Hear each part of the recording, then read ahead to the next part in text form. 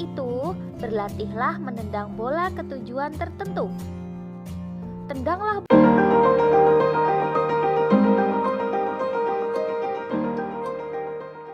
Bismillahirrahmanirrahim. Assalamualaikum adik-adik. Di video kali ini kita akan belajar materi kelas 3, tema 3 benda di sekitarku, subtema 3 perubahan wujud benda, pembelajaran 2. Tujuan pembelajaran ini sebagai berikut.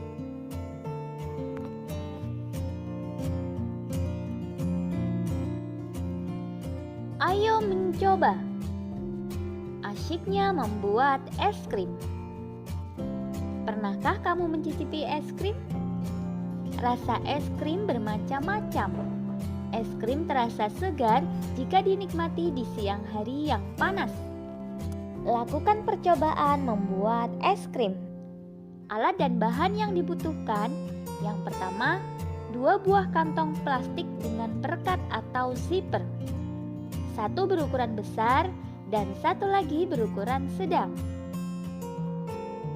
Berikutnya, handuk kecil atau sarung tangan. Kemudian 300 ml krim segar atau susu atau santan. Lalu 2 sendok makan gula pasir, 6 sendok makan garam batu, dan 2 mangkok es batu berbentuk dadu. Cara membuat es krim. Langkah pertama, campurkan susu atau santan segar dengan gula ke dalam kantong plastik yang berukuran sedang. Rekatkan ujung plastik dan pastikan plastik benar-benar rapat. Langkah yang kedua, masukkan potongan es batu dan garam ke dalam kantong plastik besar. Kocok sebentar agar es batu dan garam tercampur. Langkah yang ketiga, masukkan kantong plastik sedang yang berisi susu atau santan ke dalam kantong plastik besar yang berisi es batu dan garam. Kemudian, tutup dengan rapat perekatnya pada plastik besar. Langkah yang keempat, kocok dan pijat-pijat kantong plastik tersebut selama 10 menit. Gunakan handuk atau sarung tangan agar tidak terlalu dingin ketika menyentuh. Langkah yang kelima, keluarkan kantong plastik sedang. Kemudian, bersihkan atau lap dengan kain untuk menghilangkan garam yang menempel. Langkah yang keenam, buka kantong plastik tersebut dan tuang ke dalam gelas atau mangkok saji. Es krim siap dinikmati.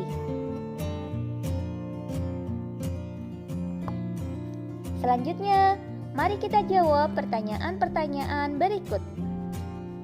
Pertanyaan yang pertama, apa wujud susu atau santan di awal pembuatan es krim? Ya, wujud susu atau santan di awal pembuatan es krim, ya, wujudnya apa? Cair. Oke, awalnya cair susu dan santannya. Kemudian pertanyaan yang kedua, apa wujud susu atau santan di akhir pembuatan es krim? Wujud susu atau santan di akhir pembuatan es krim adalah padat. Lalu, sebutkan perubahan wujud yang terjadi pada pembuatan es krim. Perubahan wujud yang terjadi pada pembuatan es krim tersebut yaitu cair menjadi padat. Kemudian pertanyaan yang keempat, mengapa membutuhkan es batu pada pembuatan es krim? Mengapa membutuhkan es batu? Karena es batu dibutuhkan untuk membekukan es krim. Lalu, apa fungsi garam untuk pembuatan es krim? Coba jelaskan. Pada pembuatan es krim, garam berfungsi untuk menurunkan suhu es. Es yang suhunya telah turun kemudian akan menyerap banyak kalor dari adonan es krim, sehingga adonan es krim dapat membeku. Apakah pembuatan es krimmu berhasil? Coba ceritakan. Silahkan kamu ceritakan, pembuatan es krimmu berhasil ataukah tidak? Pernahkah kamu menyimpan air dalam plastik di lemari pembeku? Apa yang akan terjadi dalam beberapa jam? Tentunya, air akan berubah menjadi es, bukan? Meskipun kamu membuka ikatan plastik itu, ternyata es tidak akan tumpah. Mengapa demikian? Wujud air berubah dari cair menjadi padat. Perubahan wujud dari cair menjadi padat disebut membeku. Dapatkah kamu menyebutkan contoh lain dari perubahan wujud cair menjadi padat dalam kehidupan sehari-hari? Mudah ya? Dapat dong. Yuk, kita sebutkan. Yang pertama, agar-agar berwujud cair, ya. Agar-agar mulanya berwujud cair, lama-kelamaan akan menjadi padat. Kemudian, minyak goreng dapat berubah menjadi padat saat suhunya dingin. Lalu, lilin yang mencair setelah dingin, ya. Lilin yang dibakar kan tadinya mencair. Setelah dingin, dia akan berubah menjadi padat. Dia akan kembali menjadi padat.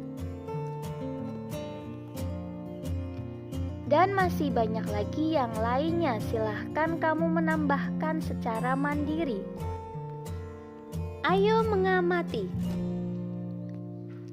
Kamu telah mengerjakan pembuatan es bersama kelompokmu. Adakah pembagian tugas di dalam kelompok? Dengan pembagian tugas, pekerjaan menjadi mudah dan ringan. Begitu juga di sekolah. Siswa di sekolah ada peran masing-masing. Contohnya di SD Nusantara, tempat Siti dan teman-temannya bersekolah. Ada guru yang mengajar sehari-hari di kelas. Ada pula kepala sekolah yang memimpin sekolah. Kerjakan secara berkelompok. Carilah informasi tentang peran-peran yang ada di sekolahmu selain peran siswa. Isikan hasilnya pada tabel berikut. Pembagian peran dapat juga dilakukan saat bermain, seperti bermain sepak bola. Saat bermain sepak bola, ada yang berperan sebagai penjaga gawang, penyerang, dan pemain belakang. Ada juga yang berperan sebagai kapten. Semua harus saling bekerja sama. Mengapa? Karena untuk menghasilkan permainan yang terbaik. Permainan sepak bola sangat menyenangkan. Mari pelajari teknik menendang bola. Sebelum bermain, lakukanlah pemanasan dengan membentuk lingkaran. Jika gurumu memberi aba-aba mencair, maka kamu harus berlari.